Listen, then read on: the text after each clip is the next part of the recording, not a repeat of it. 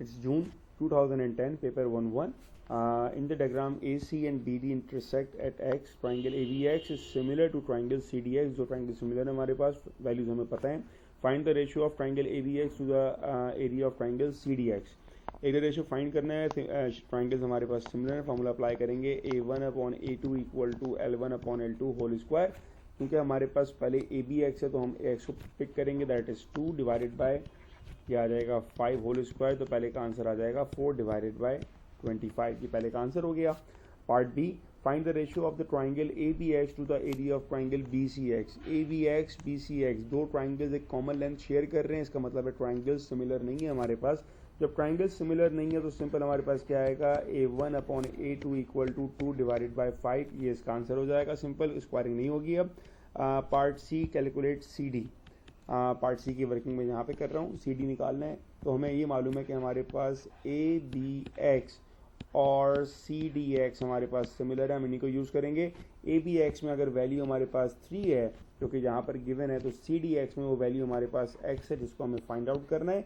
Is equals to ABX में अगर value हमारे पास 2 है तो CDX में वैल्यू हमारे पास 5 होगा. सिंप्लीफाई किया तो 15 divided by 2 is equals to X और X इज इक्वल्स टू 7.5. ये इसका आंसर. जून 2010, पेपर 2 का क्वेश्चन है ये, ठीक है. In the diagram triangle KLM is similar to triangle LNM. KL की वैल्यू, LM की वैल्यू और हमें LN की वैल्यू मालूम है. हमें कहा है फाइंड KM. तो पहले हम इसको यूज़ करेंगे जहाँ पर हमारे पास सिमिलर का कॉन्सेप्ट आएगा.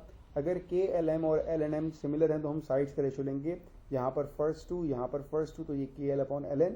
इसके बाद मिडिल टू तो LM/NM और फर्स्ट लास्ट तो KM/LM. जिनकी वैल्यूज हमें पता है हमने यहाँ पर इनको पुट कर दिया कि KL की वैल्यू हमारे पास 15 है, LN की वैल्यू हमारे पास 10 है. जिनकी वैल्यूज पता थी हमने सब इनको यहाँ पर पुट कर दिया.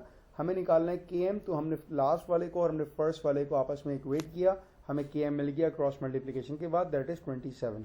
ये पार्ट 1 का आंसर आ गया. पार्ट 2 कह रहा है वैल्यू ऑफ KN. KN के लिए हम क्या करेंगे, हमारे पास वैल्यू ऑफ KM तो मौजूद है, हम वैल्यू ऑफ NM निकालेंगे अब, ठीक है. और फिर हम दोनों को सेपरेट करेंगे तो हमारे पास वैल्यू ऑफ KN आ जाएगा. NM निकालने के लिए हम ये वाला रिलेशन यूज़ करेंगे जो हमने यहाँ पर बना लिया था. तो 15/10 equal to 18 divided by NM, cross multiply किया, NM की वैल्यू आ गई 12. अब NM 12 है और K से लेके M की लेंथ 27 है, दोनों को माइनस किया तो हमें KN मिल जाएगा, दैट इज 15. ये हमारे पास पार्ट 2 का आंसर आ गया. Part 3, P is a point on LM such that PN is parallel to LK. अच्छा, एक पॉइंट LM पर कहीं पर भी हो सकता है, तो हम कहते हैं कि यार ये पॉइंट यहाँ पर है, इसको हमने पॉइंट P कह दिया. और ये जो लाइन होगी NP, ये लाइन और KL की लाइन हमारे पास अब पैरेलल हो गई, ठीक है ना. जैसे ही लाइन पैरेलल हो गई इसका मतलब ये हुआ कि हमारे पास ये एंगल इक्वल हो गया, हमारे पास ये एंगल इक्वल हो गया. जब ये सारे एंगल्स इक्वल हो गए इसका मतलब ये हुआ कि हमारे पास KLM और NPM सिमिलर ट्राइंगल्स बन चुके हैं, ठीक है. हमें फाइंड क्या करना है, हमें रेशियो फाइंड करना है एरिया का ट्राइंगल NPM और KLPN ट्रेपेजियम का. ट्रेपेजियम और ट्राइंगल है, दो डिफरेंट शेप्स हैं, अभी हम फार्मूला अप्लाई नहीं कर सकते, इसीलिए हम पहले दो ट्राइंगल्स को कंसीडर करेंगे. तो एक ट्राइंगल हमारे पास कौन सा हो गया, एक ट्राइंगल हमारे पास आ जाएगा KLM का और दूसरा ट्राइंगल आएगा NPM का, ठीक है ना. ये दो ट्राइंगल्स हमारे पास सिमिलर हो गए. फॉर्मूला लगाएगा हमने A1/A2 इक्वल टू L1/L2 का होल स्क्वायर. L1 हमने लिया लेंथ ऑफ KM की लेंथ कितनी है हमारे पास, KM की लेंथ है 27 अपॉन M की लेंथ कितनी है, NM हम निकाल चुके हैं, NM हमारे पास 12 आया. हमने वैल्यूज पुट करी, इनको सिंप्लीफाई किया तो ये आ गया 81/16. ये 81/16 क्या बता रहा है कि अगर पूरे ट्राइंगल का एरिया हमारे पास 81 है तो छोटे वाले का एरिया हमारे पास 16 है. हमें तो चाहिए KLPN का, तो 81 में से अगर हम 16 को माइनस कर लें तो हमारे पास ट्रेपेजियम का एरिया आ जाएगा, दैट इज 65. अब हमें निकालना है area of triangle NPM divided by area of trapezium KLPN. NPM का एरिया हमारे पास 16 आ गया था, KLPN का एरिया हमारे पास 65 आ गया, तो ये एरिया रेशियो है हमारे पास 16/65. ये इसका आंसर है. दिसंबर 2011, पेपर 1-2 का क्वेश्चन है, ठीक है. The triangles ABC and XYZ are similar. ABC और XYZ ये दोनों एंगल्स आपको बराबर दिए हैं इन्होंने, ठीक है. ये दोनों एंगल्स इक्वल हैं. चूंकि हमारे पास ट्राइंगल्स सिमिलर हैं इसका मतलब ये हुआ कि अगर ये वाला एंगल Y है तो हमारे पास ये एंगल भी Y होगा, या यूँ कह लें कि अगर ये एंगल X है तो हमारे पास ये वाला भी एंगल X होगा, ठीक है. पहले पार्ट में हमें एंगल B फाइंड आउट करना है, ये वाला एंगल निकालना है. ट्राइंगल का सम ऑफ एंगल हमारे पास 180 होता है। इसका मतलब ये हुआ कि अगर मैं x plus y plus angle b को ऐड करूँगा तो इसका आंसर 180 आएगा। तो मेरे पास यहाँ से एंगल b आ जाएगा, that is 180 minus x minus y. इसका आंसर यही आएगा इन टर्म्स ऑफ x और y कहा है हमें। नेक्स्ट पार्ट में लेंथ ऑफ BC फाइंड करनी है हमें, ठीक है। क्योंकि ट्राइंगल्स हमारे पास सिमिलर हैं तो हम इनकी साइड्स का रेशो ले सकते हैं। अगर हम यहाँ पर AB पिक करते हैं तो राइट साइड पर हमारे पास स्टार्ट 2 में XY, तो ये आ जाएगा AB upon XY equal to middle BC, वहाँ पर मिडिल कौन है हमारे पास YZ, और फर्स्ट लास्ट को देखेंगे तो ये आएगा AC डिवाइडेड बाय XZ। हमने रेशो की फॉर्म में लिख दिया। अब जो वैल्यूज हमें पता है वो हम पुट करेंगे। AB की वैल्यू हमारे पास 3 है, XY की वैल्यू हमारे पास 4 है, लेंथ ऑफ BC और length of length of BC हमें नहीं पता, वो तो हमें फाइंड आउट करना है। लेंथ ऑफ YZ हमारे पास है 5 गिवन है, ठीक है ना। अब सिंपल आपने इसको क्रॉस मल्टीप्लाई करना है तो ये आ रहेगा 15 divided by 4 equal to length of B and C, ठीक है। नेक्स्ट पार्ट में write down the value of area of triangle ABC upon area of triangle XYZ। हमें ये मालूम है कि हमारे पास दोनों ट्राइंगल सिमिलर हैं, तो हम फॉर्मूला अप्लाई करेंगे A1 divided by A2 is equals to L1 upon L2 का होल स्क्वायर।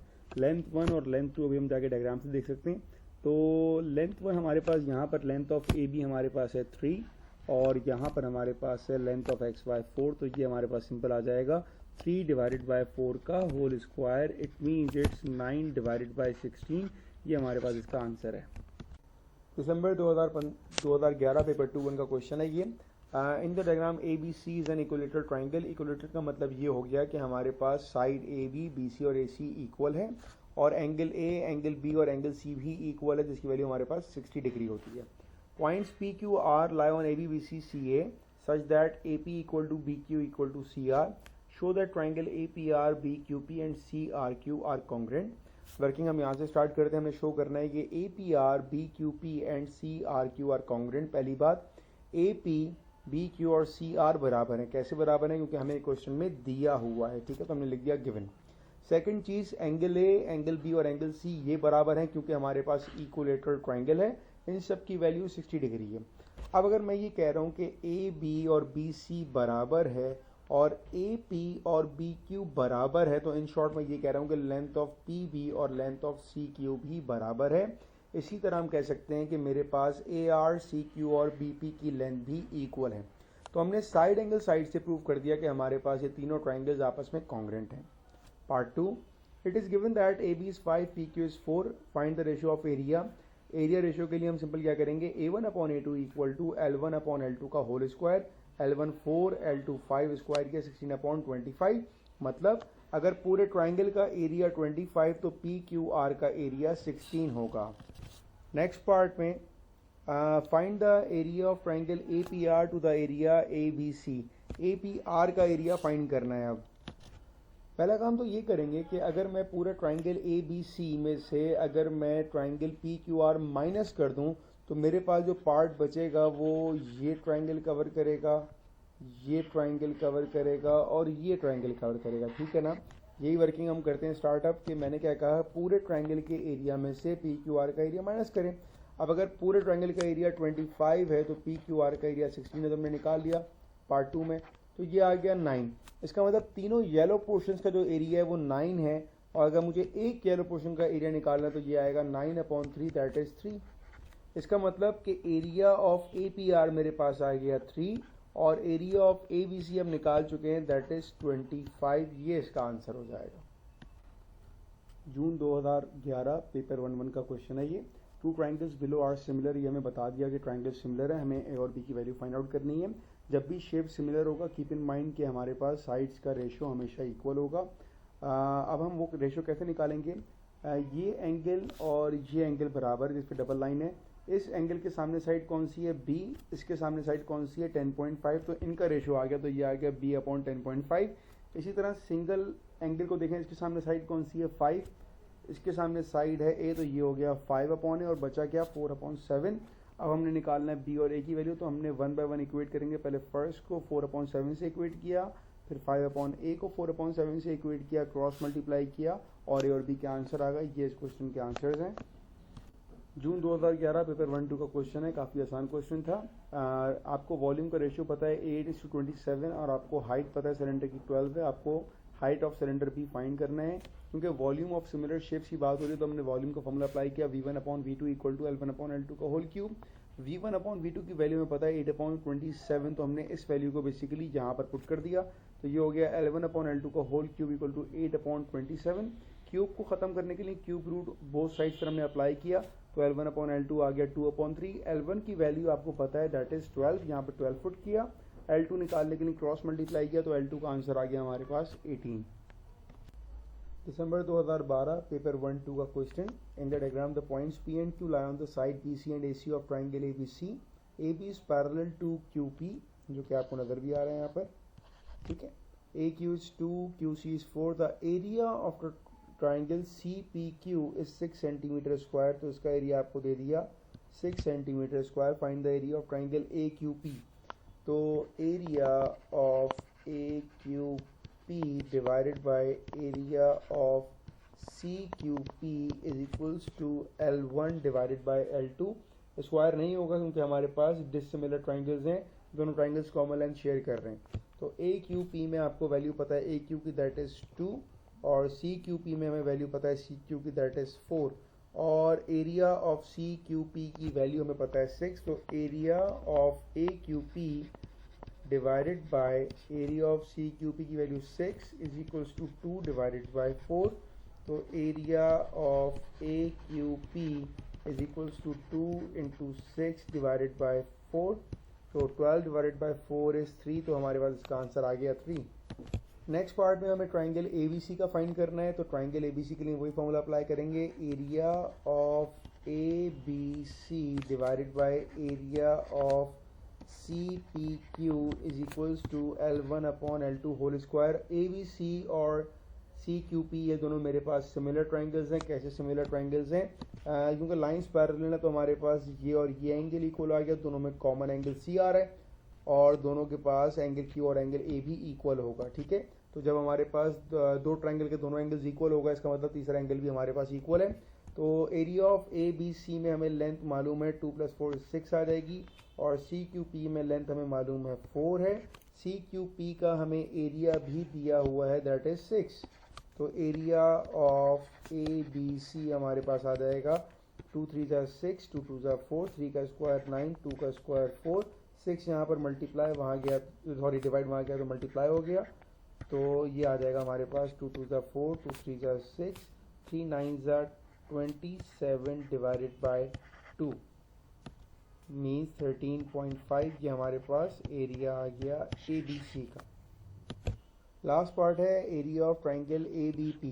ABP अगर मैं शेड करूँ इसको, तो ये हमारे पास ये छोटा वाला ट्राइंगल बच रहा है, ठीक है ना, ये हमारे पास है ABP, ठीक है। कैसे करेंगे अब इसको फाइंड? हमें एरिया ऑफ ABC पता है, तो ABC के एरिया में से मैं सारे एरियाज को माइनस कर दूंगा। तो area of ABC is 13.5 minus area of CPQ, area of CPQ ये हमने कहा 6, माइनस एरिया ऑफ AQP ये हमने निकाला था 3, तो ये आ गया 3। इन सब को हमने माइनस किया तो जो फाइनल आंसर आएगा वो हमारे पास एरिया ऑफ ABP आएगा। 13.5 माइनस 9 इज 4.5, ये इसका आंसर हो गया हमारे पास। दिसंबर 2012 पेपर 2-1 का क्वेश्चन है। AB and CD are parallel. EGHF is a straight line. GK bisects AGH. Bisects मतलब equally divided in two parts. And HK bisects CHG. इसका मतलब ये हुआ कि अगर लेट सपोज ये पूरा एंगल मेरे पास 50 है, तो ये एंगल 25 हो जाएगा और ये एंगल 25 हो जाएगा। इसका मतलब है बाइसेक्ट करना। पहले पार्ट में फाइंड करना है KGH। KGH का मतलब ये हुआ कि हमें सिर्फ ये वाला एंगल फाइंड आउट करना है, ठीक है। ये पूरा एंगल हमारे पास 40 आएगा। 40 क्यों आएगा? क्योंकि हमारे पास ये वर्टिकली अपोजिट एंगल की प्रॉपर्टी लग रही है। तो पूरा एंगल 40 है, तो 40 का हाफ हमारे पास हो जाएगा 20। तो पहले का आंसर हमारे पास आएगा 20। नेक्स्ट पार्ट में फाइंड करना है GHK। GHK का मतलब कि हमने ये एंगल फाइंड आउट करना है, ठीक है। अब पहली बात ये है कि अगर ये वाला एंगल 40, यहाँ पर ये एंगल 40 है, तो हमारे पास ये एंगल भी 40 आएगा। किस प्रॉपर्टी से आया? और करिस्पॉन्डिंग एंगल से आ गया। अगर ये ब्लू एंगल 40 है मेरे पास, तो ये पूरा एंगल मैं निकाल सकता हूँ सिंपली 180 में से सब्ट्रैक्ट करके, तो ये आ जाएगा मेरे पास 140। अब यहाँ पर हमें बताया हुआ है कि एच के बाइसेक्ट सी एच जी, वही वाली कॉन्सेप्ट के ये इक्वल डिवाइड हो रहा है दो पार्ट्स में।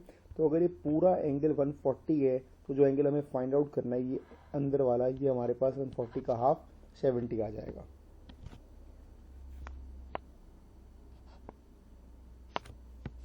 Next part, the bisectors of HGB and DHG intersect at L.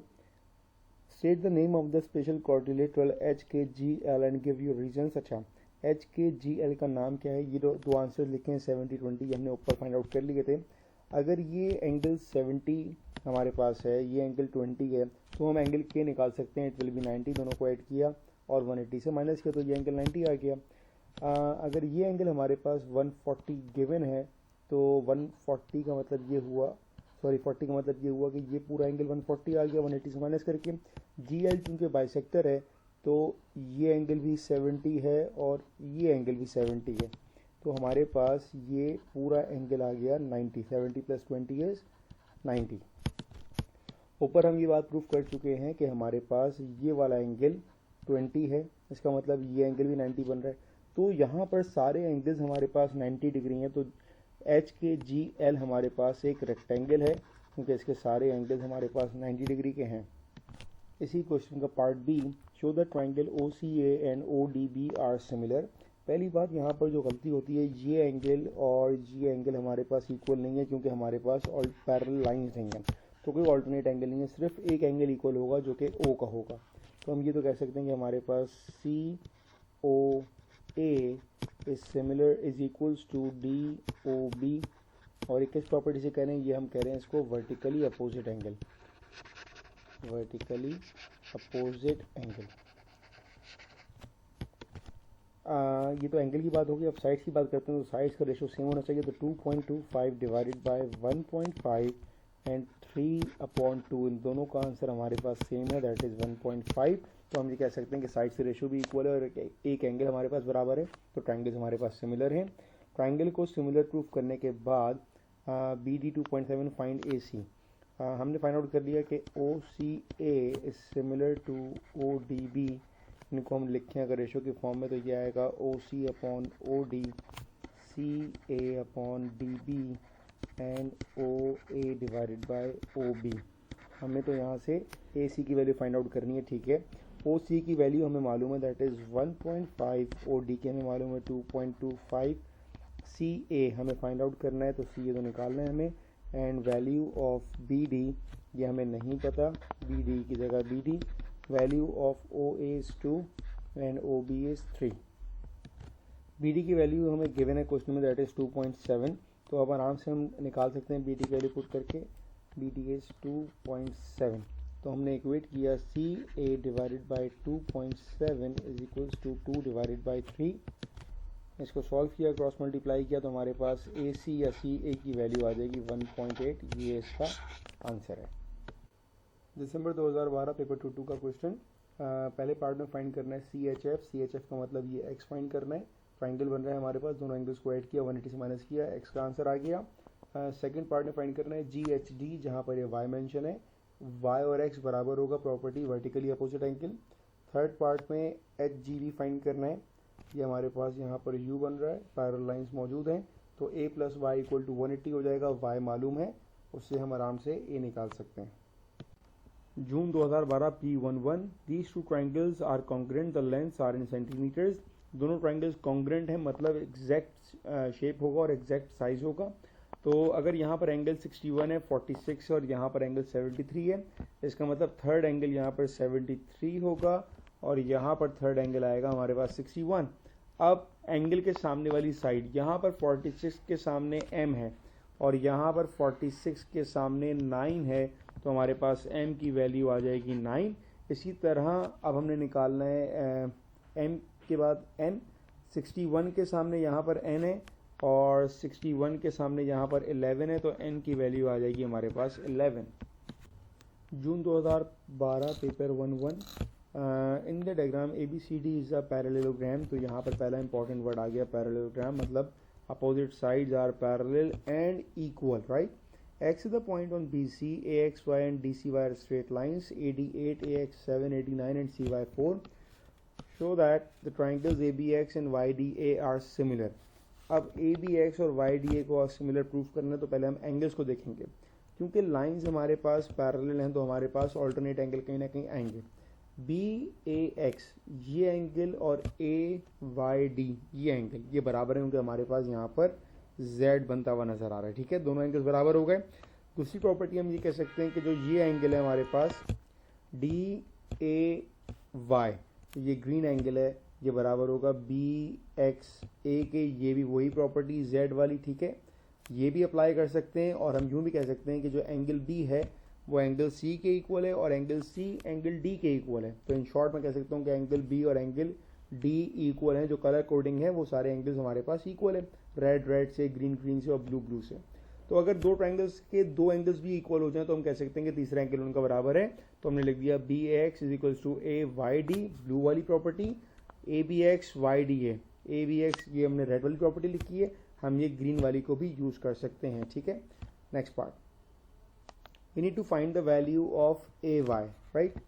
अब हमने ये प्रूफ तो कर दिया कि ट्राइंगल्स हमारे पास सिमिलर हैं. कौन से ट्राइंगल्स हैं? ABX is similar to YDA. जब ट्राइंगल सिमिलर तो उनको लिखते हैं रेशियो की फॉर्म में. तो ये आएगा AB divided by YD is equals to BX divided by DA equal to AX upon YA. हमें निकालना क्या है? हमें तो निकालना है वैल्यू ऑफ AY. ये हमें फाइंड आउट करना है. गिवन क्या है? AB की वैल्यू हमें पता है 8 डिवाइडेड बाय YD की वैल्यू हमें पता है. कैसे पता है? ये था मैंने आपसे कहा था ना कि ये हमारे पास पैरेललोग्राम है. अगर ये साइड 8 है तो ये भी 8 होगी, और अगर ये साइड 9 है तो ये पूरी लेंथ हमारे पास 9 होगी, क्योंकि पैरेललोग्राम है. तो हमारे पास लेंथ ऑफ DY आ चुकी है 8 + 4 is 12 is equals to BX हमें नहीं पता, DA नहीं पता, इसको हम DA हमें पता है 9, लेकिन अभी हम इसको छोड़ देंगे क्योंकि हमें निकालना है YA. AX हमें मालूम है 7 और YA जिसको हम ढूंढ रहे हैं. ठीक है, तो AY क्रॉस मल्टीप्लाई से हमारे पास आ जाएगा 7 मल्टीप्लाई बाय 12 डिवाइडेड बाय 8. इसकी वैल्यू आ गई हमारे पास 10.5. ये हमारे पास AY का आंसर आ गया. नेक्स्ट पार्ट है हमारे पास CX. अब CX के लिए दो ट्राइंगल हम लेंगे. एक हम ले लेते हैं DAY और दूसरा हम लेंगे CXY. ठीक है ना, एक बड़ा ट्राइंगल, एक हमारे पास बड़ा ट्राइंगल है DAX और एक चल रहा है CXY. अब ये दोनों ट्राइंगल्स हमारे पास सिमिलर हैं. जब सिमिलर हो गए तो अब हम रेशियो अप्लाई करेंगे. तो ये हमारे पास आएगा DA9 डिवाइडेड बाय CX जो हम फाइंड कर रहे हैं is equals to DY that is 12 divided by CY that is 4. अब इसको सिर्फ क्रॉस मल्टीप्लाई करना है हम लोगों ने. तो 4 टाइम्स 1 4 टाइम्स 3, तो CX आ जाएगा 9/3 दैट इज 3. तो ये हमारे पास CX का आंसर.